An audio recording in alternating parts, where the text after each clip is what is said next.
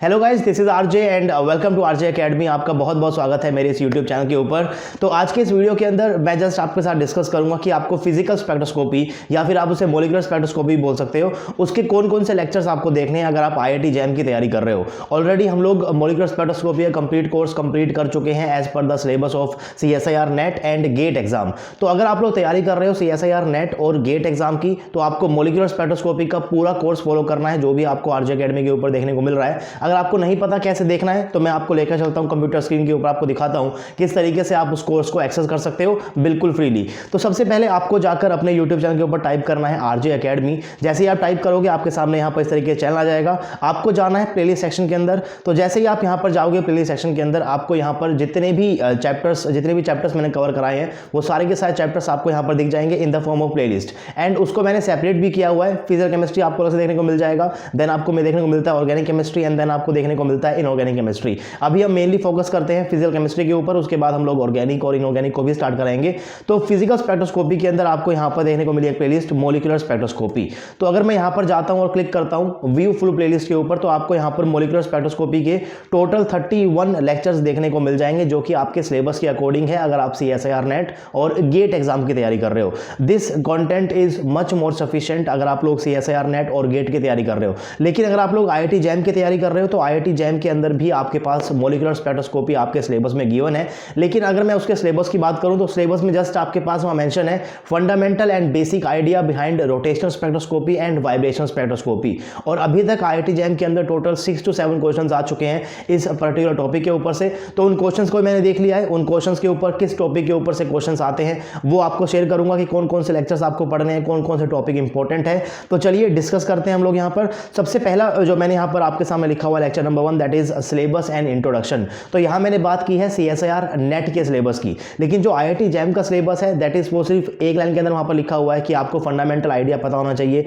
Behind rotational spectroscopy and vibrational spectroscopy. तो अगर आप यहाँ पर देखोगे तो सीधा लेक्चर नंबर 6 में आपको देखने को मिलता है रोटेशनल स्पेक्ट्रा। अब इसका मतलब ये नहीं है कि आपको डायरेक्टली लेक्चर नंबर 6 देखना है अगर आप IIT जैम की तैयारी कर रहे हो तो भी, क्योंकि रोटेशनल स्पेक्ट्रा को समझने के लिए कुछ बेसिक चीजें आपको पता होनी चाहिए जो मैंने यहाँ पर स्टार्टिंग के लेक्चर्स के अंदर कवर की है। जैसे कि सबसे पहले मैंने यहाँ पर कवर किया लेक्चर नंबर 1 के अंदर इंट्रोडक्शन कि आखिर स्पेक्ट्रोस्कोपी होती क्या है। आपके पास कोई एक पर्टिकुलर मॉलिक्यूल होगा, वो मॉलिक्यूल के ऊपर आप लोग डालते हो लाइट को, तो वो लाइट के अंदर से जिन फोटोन को एब्जॉर्ब करता है फिर उसको एमिट करता है, तो उस एमिशन स्पेक्ट्रा को पढ़कर या फिर आप एब्जॉर्प्शन स्पेक्ट्रा पढ़ सकते हो, उनको पढ़कर आप मॉलिक्यूल के बारे में कुछ इंफॉर्मेशन निकाल रहे होते हो। तो उसी के बेसिस के ऊपर आपको यहाँ पर इस चैप्टर को पढ़ना है। यही आपका होना चाहिए थॉट प्रोसेस कि आप मॉलिक्यूल के बारे में इंफॉर्मेशन निकाल रहे हो। अब मॉलिक्यूल आपके पास बहुत सारे टाइप के हो सकते हैं। आपके पास लेट से एक होमोन्यूक्लियर डायटोमिक मॉलिक्यूल होता है जैसे कि H2 हो गया, राइट, Cl2 हो गया, या फिर आपके पास हो सकता है हेटेरोन्यूक्लियर जैसे कि HCl है, HF है, राइट। सेम उस तरीके से आपके पास होता है CH4 जो कि आपके पास एक स्फेरिकल मॉलिक्यूल है, राइट। आपके पास हो सकता है HCN एक लीनियर मॉलिक्यूल है। तो अलग अलग टाइप के आपके पास मॉलिक्यूल होते हैं और ये अलग अलग टाइप के मॉलिक्यूल अलग अलग तरीके के फोटोन को एब्जॉर्ब करते हैं, अलग अलग तरीके की इंफॉर्मेशन आपको दे सकते हैं। उसी सब चीजों को आप लोग पढ़ते हो इस पर्टिकुलर चैप्टर के अंदर। तो सबसे पहले डिस्कस करेंगे इंट्रोडक्शन इस स्पेक्ट्रोस्कोपी का कि आखिर स्पेक्ट्रोस्कोपी क्या होती है, जहां मैंने डिस्कस किया है कि आखिर मैक्सवेल इक्वेशन क्या है, इलेक्ट्रिक फील्ड क्या होती है, मैग्नेटिक फील्ड क्या होती है, कौन इंटरेक्ट करता है, किस टाइप का स्पेक्ट्रा जनरेट होता है। तो lecture number 1 is must for everyone. अगर आप क्लास 11-12 के अंदर भी हो तब भी आप इस लेक्चर को देखकर समझ सकते हो। हालांकि क्लास 11-12 के अंदर स्पेक्ट्रा आपके पास नहीं आता, लेकिन समझने के लिए आप इसको डेफिनेटली समझ सकते हो। फिर लेक्चर नंबर 2 में डिस्कस किया है इंटरप्रिटेशन ऑफ स्पेक्ट्रा कि अगर जो मेरे पास रेडिएशन आ रही है, अगर वो मेरे पास IR रेडिएशन है, अगर वो मेरे पास माइक्रोवेव है, एक्स रेज है, UV रेज है, तो अलग अलग रेज को जब मैं डालूंगा मॉलिक्यूल के ऊपर तो किस किस टाइप की इंफॉर्मेशन आप लोग गेन कर सकते हो वो हमने डिस्कस किया यहाँ पर इंटरप्रिटेशन ऑफ स्पेक्ट्रा के अंदर भी, और हमने डिस्कस किया उसको इंफॉर्मेशन फॉर वेरियस ट्रांजिशन यानी कि लेक्चर नंबर 4 के अंदर भी। तो ये सारा जो आपके पास lecture number 1 to lecture number 5 है, ये सब आपके पास एक बेसिक इंट्रोडक्शन है जिसको आपको डेफिनेटली कवर करना है अगर आप IIT जैम की भी तैयारी कर रहे हो। लेक्चर नंबर 3 में कुछ एनर्जी लेवल्स देखें, क्योंकि आपके पास जो वो मॉलिक्यूल है वो अलग अलग आपके पास एनर्जी लेवल्स क्या हो सकता है, अलग अलग मोशन के कोरस्पॉन्डिंग, आपके पास ट्रांसलेशन के कोरस्पॉन्डिंग एनर्जी लेवल्स होते हैं, वाइब्रेशन के कोरस्पॉन्डिंग अलग एनर्जी लेवल्स होते हैं, और इन्हीं एनर्जी लेवल्स के अंदर ट्रांजिशन होता है जब वो किसी फोटोन को एब्जॉर्ब करता है, राइट। तो उसके बारे में भी आपको पता होना चाहिए। तो एनर्जी लेवल्स हमने यहाँ पढ़े हैं, एंड साथ में हमने पढ़ा है कुछ स्पेशल यूनिट कन्वर्जन्स भी जिनकी जरूरत आपको पूरी स्पेक्ट्रोस्कोपी में पढ़ने वाली है। अब चाहे वो CSIR नेट की बात कर लो, गेट की बात कर लो, या फिर IIT जैम की बात कर लो। IIT जैम में तो स्पेशली यूनिट कन्वर्जन बहुत इंपॉर्टेंट रोल प्ले करता है। तो प्लीज आप लोग लेक्चर नंबर 3 को भी देखना अगर आप लोग IIT जैम की तैयारी कर रहे हो। देन लेक्चर नंबर 4 अगेन यहाँ पर डिस्कस किया है इंफॉर्मेशन फ्रॉम वेरियस ट्रांजिशन, अलग अलग ट्रांजिशन से अलग अलग रेडिएशन का यूज़ करने से मुझे कौन कौन सी इंफॉर्मेशन मिल सकती है।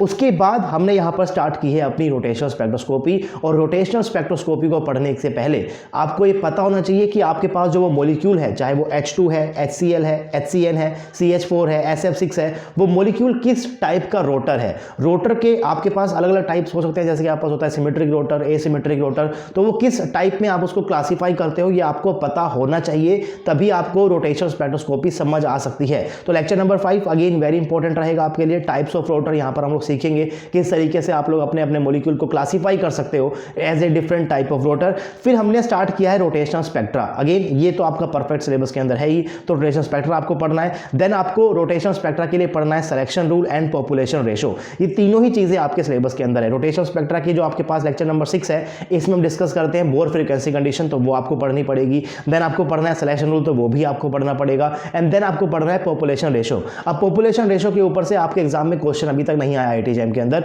लेकिन आ सकता है, तो प्लीज आप लोग इसको पढ़िए। और IIT जैम अगर आप लोग टारगेट कर रहे हो तो IIT जैम के साथ साथ आप गेट एग्जाम भी दे सकते हो। तो मैं तो यही कहूंगा, अगर आपके पास टाइम है, अगर आपके पास 7 to 8 मंथ्स है और आपने तैयारी करनी है IIT जैम की भी और गेट एग्जाम की भी, तो आप गेट एग्जाम के सिलेबस के हिसाब से पढ़िए, IIT जैम आपका अपने आप हो जाएगा। और अगर आप लोग कुछ चीज़ें एक्स्ट्रा पढ़ते हो तो उससे जो बेसिक चीज़ें हैं उसकी अपने आप आपके पास क्या हो जाएगी, स्ट्रेंथ स्ट्रॉन्ग हो जाने वाली है उन चीज़ों की। तो रोटेशनल स्पेक्ट्रम हमने पढ़ा है लेक्चर नंबर 6 में, 7 में, 8 में, जहाँ हमने बात की है बोर फ्रीक्वेंसी कंडीशन की, सिलेक्शन रूल की और पॉपुलेशन रेशो की, राइट। देन हम लोगों ने पढ़ा है लेक्चर नंबर 9 के अंदर rotational spectra for non rigid rotor. अब ये आपके सिलेबस का पार्ट नहीं है, लेकिन अगर आप लोगों ने सिर्फ इस लेक्चर को अलग से देख लिया rotational spectra for non rigid rotor, तो काफी सारी चीजें आपको और भी समझ में आएंगी। सिर्फ 22 मिनट का लेक्चर है, तो प्लीज अगर मैं आपको बोल रहा हूं, अगर आपने रोटेशनल स्पेक्ट्रोस्कोपी इतना पढ़ा है तो लेक्चर नंबर 9 को भी जरूर फॉलो कीजिएगा। इसलिए मैंने यहां पर टाइटल में लिखा भी हुआ है फॉर IIT जैम स्पेशली। और आपके पास नॉन रिजिड रोटर से क्वेश्चन भी आ सकता है आपके IIT जैम एग्जाम के अंदर।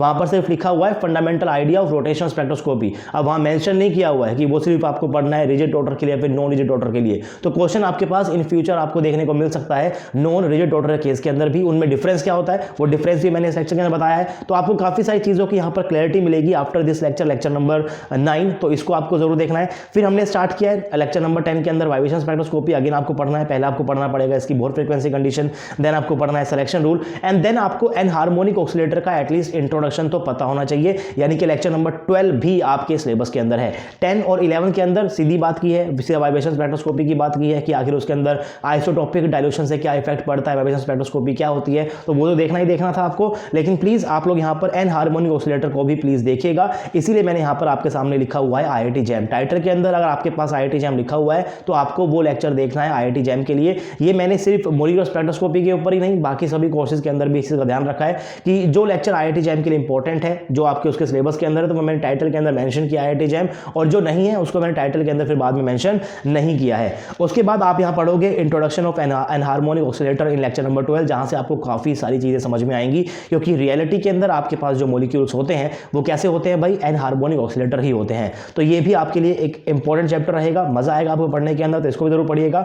देन हम लोग पढ़ेंगे ओवरटोन्स एंड हॉट बैंड्स को, राइट। अब ओवरटोन एंड हॉट बैंड और डिस्ट्रीब्यूशन एनर्जी, यहां से आपके पास क्वेश्चन बन सकता है आपके एग्जाम के अंदर, क्योंकि जो चीजें आपने पढ़ी हैं उसकी एप्लीकेशन से आप क्या, उससे आप क्या निकाल सकते हो, आप वाइब्रेशन स्पेक्ट्रोस्कोपी पढ़ने पर निकाल सकते हो किसी मॉलिक्यूल की डिस्ट्रीब्यूशन एनर्जी को, राइट। तो उस एप्लीकेशन पार्ट के ऊपर से डेफिनेटली क्वेश्चन बन सकता है। तो वही चीज हमने यहां पर डिस्कस की है, distribution energy for diatomic molecule and overtones and hot bands. तो ये आपको जरूर पढ़ना है वाइब्रेशन स्पेक्ट्रोस्कोपी के अंदर। ओवरटोन्स बहुत इंपॉर्टेंट है, हॉट बैंड्स अगेन बहुत इंपॉर्टेंट है, और यहीं से ही आपके पास राइज हो जाता है अब रो वाइब्रेशन स्पेक्ट्रोस्कोपी। आपने रोटेशन पढ़ लिया, आपने वाइब्रेशन पढ़ लिया। अब रोटेशन और वाइब्रेशन ये दोनों आपके सिलेबस के अंदर गिवन है, बट दोनों की मिक्सिंग यानी कि रो वाइब्रेशन स्पेक्ट्रोस्कोपी आपके IIT जैम के सिलेबस के अंदर नहीं है। तो अब इस वाले पार्ट को आप छोड़ सकते हो। लेक्चर नंबर 15 आपके लिए इंपॉर्टेंट नहीं रहेगा, लेक्चर नंबर 16 आपके लिए इंपॉर्टेंट नहीं रहेगा, 17 अगेन इंपॉर्टेंट नहीं है, 18 इंपॉर्टेंट नहीं है, राइट। 18 में हमने बात की appearance of Q branch, again important नहीं है।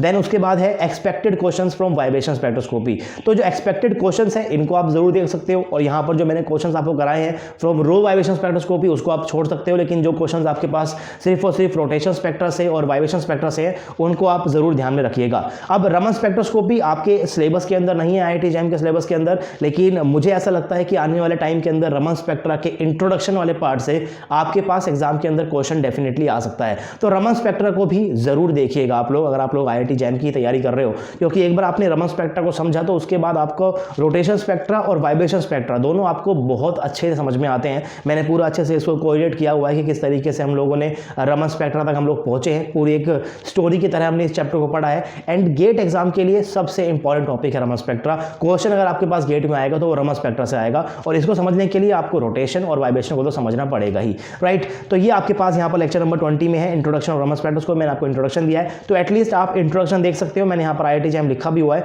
हालांकि मैंने कुछ टाइटल्स में ऐसे यहाँ पर देख रहा हूँ कि मैंने IIT जैम लिखा हुआ है, जैसे कि मैंने यहाँ पर Stokes line and anti Stokes line के अंदर भी IIT जैम में इस टाइटल में लिखा हुआ है। तो क्या ये आपके सिलेबस के अंदर है? तो रमन स्पेक्ट्रा ही आपके सिलेबस के अंदर नहीं है। अगर रमन स्पेक्ट्रा नहीं है तो रोटेशन रमन स्पेक्ट्रा भी नहीं है और वाइब्रेशन रमन स्पेक्ट्रा भी नहीं है। बट गेट एग्जाम के पर्सपेक्टिव से सबसे इंपॉर्टेंट टॉपिक है आपके पास ये फिजिकल स्पेक्ट्रोस्कोपी का।